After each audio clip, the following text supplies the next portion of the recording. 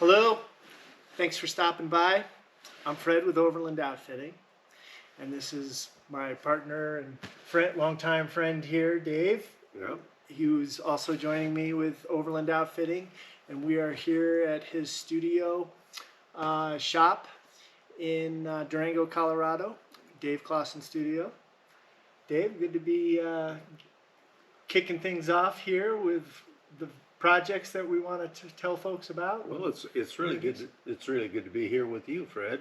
It's been a long time that we've been talking about this, and now we're finally in the throes of it. We're really doing good here. That's right, kicking it off. And you know, I am a happy camper. It just says so right here on the cup. So Good we to go know today. that we know that we're in good company here. That's right. That's right. I'll cheers to that. All right, good enough. Good way to start. That's right.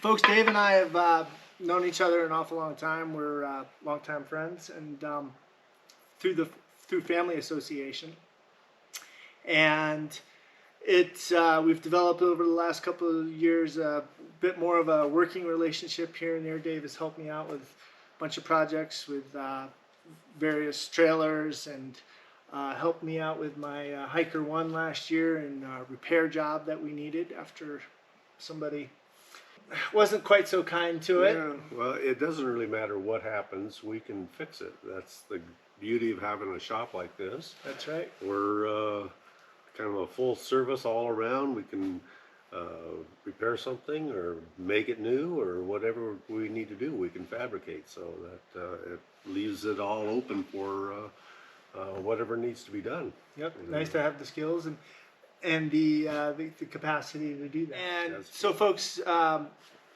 working partner of mine last year, she had a camper that we also rented with through Overland Outfitting, and our partner Amy.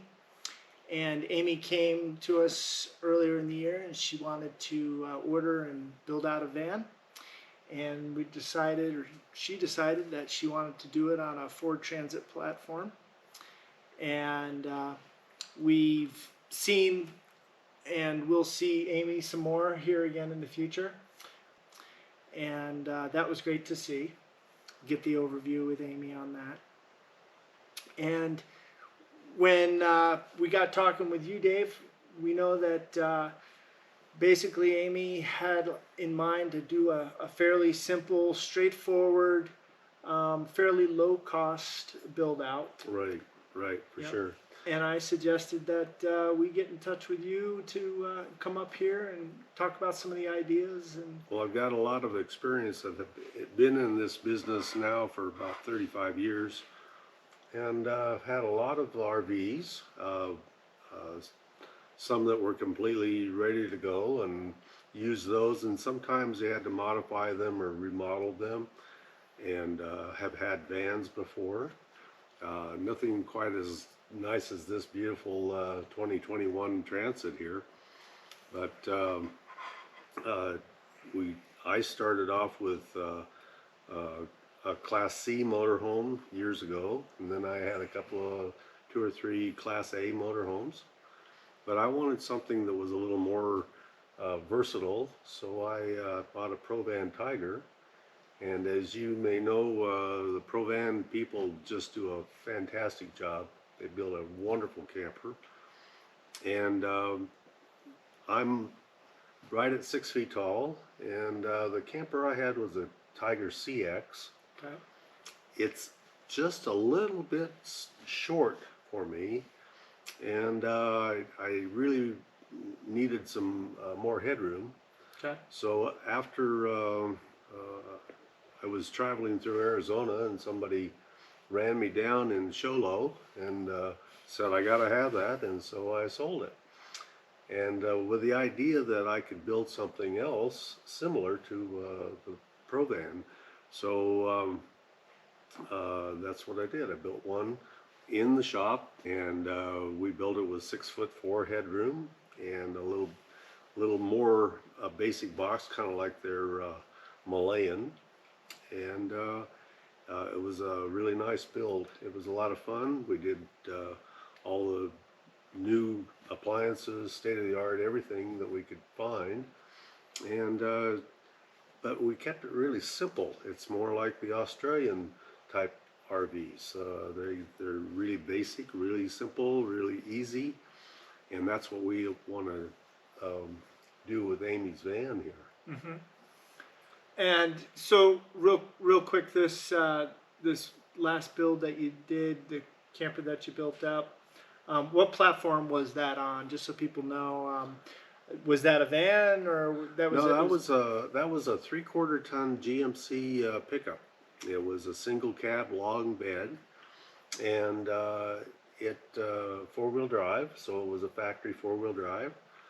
There's a lot of vehicles out there that are conversions. This was a factory, and it was an SLE cab, so it means that it had power windows and power mirrors and all the power accessories inside, which makes a really nice camper build. And then we accessed the cab, so we had a pass-through like the Tiger from the cab to the camper itself. And we started off by taking the bed off the truck and building off of the frame a flatbed, and then we build up from there. So it was a complete cab over camper. Gotcha. So that was a fairly extensive build in terms of it's much more mechanically involved. Right. Presumably, rather than what we're doing here with essentially a cargo van platform, a fairly stripped out that was purchased in order to do a build like this. Exactly. This is so nice to start off with something so clean and straight and beautiful to begin with. We're not building walls. We're not building a roof. We're going with what Amy ordered, which is this long, but it's not an extended van. It's Right. the long wheelbase, but the highest top you can get. And it's just great. It's a great platform to start with. And we're going to have a lot of fun with this car. Yep, I sure will. And as folks will see if they watch the other video with Amy, so that is it is on a 250 series chassis, and it is an EcoBoost motor, and it does have a tow package on it, and it's going to have a decent amount of power to weight ratio, especially considering the type of build that we're going to do, where we're not going to weigh it down with too much gear. And it's all-wheel drive. And it's all-wheel drive. That's right. That's the really key here. It's a smart vehicle, so it's adaptable to slick roads and muddy roads, and it's not completely off-road, but it is really able to go a lot of places. Right, and it'll do well in adverse conditions here in Colorado when you get, snow. It was a week ago here in April. Oh, we had snow on the ground. In fact, absolutely. 3 days ago. Yeah, we weren't you get ready up for into passes, and you get into snow, and you better have all-wheel drive for that. That's right. Yep. That's right. Yep. Okay, Dave. So let's talk about what it is that Amy does want to do with this van, and the type of camping that she'll be doing, and the fact that she's going to have her dogs with her quite frequently, and she'll be going out to backcountry excursions. And let's get an idea of what it is that you think it is that serves Amy well with the type of build out that we can do here. Well, one of the things we want to do with Amy's van is to keep it really simple and very easy to for her to understand the electrical system and the plumbing and all that sort of thing, so that she's not an engineer, and she's specified to me that she wants things really simple, really understandable. One of the things that we like about this van is that it's the difference between just a camper and an RV. In our estimation, has always been a bathroom, not just a little porta potty that you set out and use, but an actual designated place that is and this one will have a composting toilet, and it'll also have a shower. And we're making this so that we can turn this shower around and she can take care of her dog's needs. She can clean the dogs and also have an outdoor shower and an indoor shower. But having that bathroom is a really key point here. And so we have plenty of room in the van to have a designated space with a really nice galley and a living room that converts into a bedroom. And we can make that all happen in a really clean, simple way. Okay, you just mentioned the composting toilet. Okay. Sounds scary. Why don't you tell? Okay. Why don't you tell folks? Why don't we talk about the composting toilet here and now? And then I we'll should cover be it. I should be a spokesperson for Nature's Head. Yes, you should. Nature's Head. Am I saying that the right? Okay, Nature's Head composting toilets. They are, I think they're the best on the market. They are the finest toilet on the market, and they're really simple to use. But you don't add anything to them. You start off with a little box of compost. It might be coconut coir or peat moss, and you slightly make it slightly moist, and you use the toilet and you turn the crank, and it's really simple, and you don't have to be looking for a dump station every 3 days like you would if you had even a cassette toilet or a regular Blackwater system. So this toilet is great, and it'll go several months. Several months. I would think that it would fill up even more than a regular toilet. No, no, it doesn't. That's where I'm really the good salesman here, because I love this thing. It's wonderful, and if I had that 20 years ago in my RVs, it would have changed everything. Because especially wintertime camping, it's really rough trying to find a dump station, and so now you have a really compact unit. That's one of the nicest things about Nature's Head and other composting toilets. I don't have a lot of experience, but they don't smell. You're not making sewage. You're making compost. You're making something that is not a biohazard. So it's really a clean way to go, and it's as far as I'm concerned, the only way to go, even in your home, if you could do that. Now, you're probably not going to say, hey, I'm going to run out and buy a composting toilet for my house. Yeah. But I'm also tapped into the city sewer system. So. That's true. Right. That's true. Now, I just think it's an ideal thing for especially a small space like this. When it doesn't smell, it doesn't, there aren't any odors that are associated with this in a small space or large space, but especially something like a van. And the great thing is that we're talking about less weight total. If you've got less water to deal with, you're not dealing with black water. You're not dealing with having to have all the fresh water to essentially flush and produce that black water. Well, then you're not hauling that water weight around. Right, and right. You don't have to You keep your water for drinking water, for other purposes, for washing and brushing your teeth, and for drinking and cooking. So you don't have to waste your water flushing it down the toilet. Yeah, well, I think it's going Did to work out well. I think that covers it. Okay, Dave, let's take a moment now that we've covered the basics of the water and the utilities in terms of some of the thoughts and goals in mind there. Let's take a moment to talk about the front end, the galley and the kitchen requirements and well, things of that you know, nature. this is really. I know you're a great chef, among other things. Thanks, I try to be. And so the galley is really an important part of this whole mix, and what we're going with is a winter a full two-zone chest-type refrigerator freezer, and so you can mix it up either have two refrigerators or a freezer fridge, and that'll be a pull-out. So it'll also be accessible from all inside and outside, and that gives you a lot of flexibility in where you cook. So if Amy, she wants to do some cooking outdoors, and maybe that will be a lot of the time. And but yet inside we're going to have a really nice galley with she's got a new Dometic